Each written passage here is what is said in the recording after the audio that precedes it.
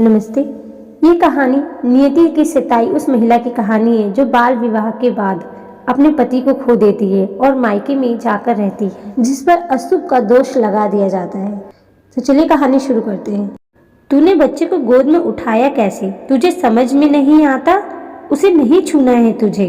इतनी जोर से चीखी कमला जी की सुगंधा ने बच्चे को जल्दी जल्दी पालने में सुला दिया और भागकर आंगन के खंबे के पीछे खड़ी हो गई। कमला की घूरती आंखों को देख वो सहम आंखों से आंसू बहाने लगी। उन अग्नि दृष्टि से बरसते क्रोध से भयभीत वो खंबे के पीछे छुप गई। हाँ नहीं तो कितनी बार कहा ऐसे बच्चे को ना छुए। सासू माँ तो चली गई, लेकिन ये बला मेरे सर छोड़ गई। बुदबुदाते हुए कमला जी धसक कर बैठ गई। खंबे से टिक कर वो उनका सबसे पसंदीदा जगह था। यहीं से पूरे घर पर निगरानी रखती। माँ क्या हुआ? आप ऐसे चीखी क्यों? और बुआ जी से इतने बुरे ढंग से बात करना क्या ठीक है? अरे कितनी बार मना किया लल्ला को ना छुए।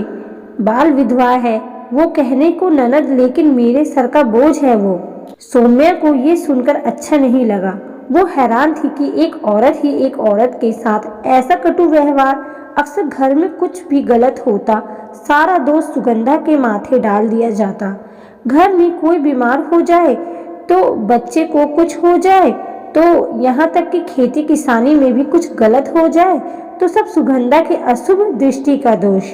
लेकिन आज सौम्या चुप ना रह सकी। उसे अपने पढ़े लिखे होने पर भी शर्म आता कि वो ये सब रोक नहीं पा रही थी।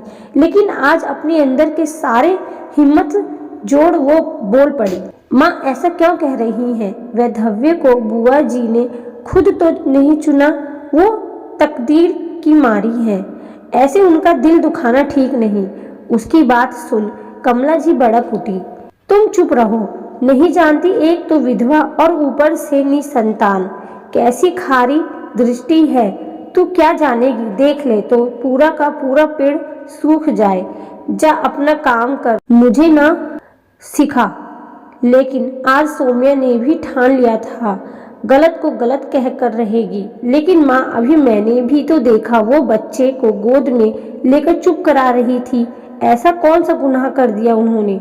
आप बताइए, किस ईश्वर ने ये कहा है कि विधवा होना अपराध है? वो भी इतना बड़ा कि उन्हें एक बच्चे को गोद में लेने का अधिकार नहीं। अभी सौम्या अपनी सास को समझा रही थी कि आंगन में हलचल हुई। दोनों की नजर उधर गई तो देखा सुगंधा दौड़ी आई और छोटे बच्चे को अपनी हथेली में रखकर पलट कर उसके गर्दन पर जोर जोर से मारने लगी। हाय हाय, ये क्या कर रही है तू? बच्चे को मारेगी क्या? सौम्या भी हैरान होकर दौड़ी। अभी तक जिसके लिए सास से लड़ रही थी वो अभागिन ये क्या अनर्थ कर रही थी। वो जोर से चिल्लाती हुई भागी। बुआ जी, क्या कर रही हैं आप? अभी दोनों वहां तक पहुंचे तभी देखा बच्चे के मुंह से 1 रुपए का सिक्का मुंह से निकलकर आंगन में गिरा। झन्न की आवाज सुन दोनों हैरान थे। सुगंधा ने फिर बच्चे को दोनों हाथों से थाम अपने गले लगा लिया। बुआ जी, ये सिक्का छोटी ने इसके मुंह में डाल दिया था। मैं वहीं खड़ी थी, नजर पड़ी इसीलिए भाग कर आई। माफ कर दो, ये बच्चा ले लो। बच्चे को सौम्या को देते हुए जाने के लिए मुड़ी तो सौम्या ने हाथ पकड़ लिया। रुकिए बुआ जी, आज आपने मेरे बच्चे की जान बचा ली। आपका ये कर्ज कैसे चुका पाऊंगी? कहते हुए पैरों में झुक गई सौम्या। माँ, आप अभी कह रही थी ना बुआ जी के लिए क्या क्या। देखिए आज इस परिवार के कितनी शुभ है। आज इन्होंने हमारे कुल के चिराग को बुझने से बचा लिया, और तो और मेरी बेटी को भी कलंक से बचा लिया। नहीं तो जीवन भर उसके सर अपने भाई की मौत का धब्बा होता। कमला जी स्तब्ध हो गई। कुछ कहा नहीं जा रहा था।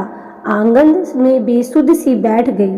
आंखों से आंसू बहने लगे। हाथ फैलाकर सुगंधा को अपने पास बुला लिया।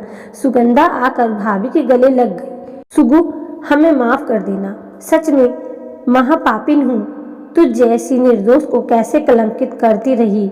आज इस घर पर उपकार कर दिया। आज तक के बर्ताव के लिए ईश्वर तो हमें माफ नहीं करेगा, लेकिन तू अपनी इस भाभी को माफ कर दे।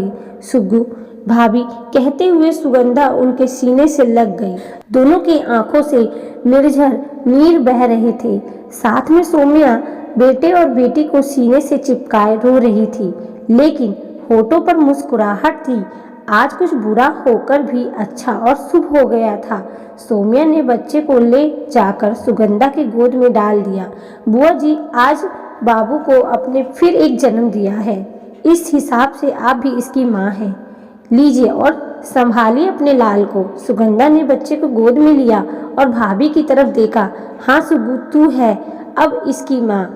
अब कोई नहीं कह सकता कि तू माँ नहीं है। आज से लल्ला की सारी जिम्मेदारी यशोदा माँ के जिम्मे, कहते हुए कमला जी ने सुगंधा और बच्चे को अपने आंचल में समेट लिया। सुगंधा बच्चे को सीने से चिपकाए मुस्कुराने लगी, लेकिन आंखों से सशस्त्र धारा बह चले। शायद मातृत्व की सरिता मन के सारे विषाद को बहा देना चाहती थी। आशा करती हूँ आपको ये कहानी अच्छी लगी होगी। प्लीज़ कमेंट करके ज़रूर बताइएगा। चैनल को सब्सक्राइब करिएगा। कहानी सुनने के लिए धन्यवाद।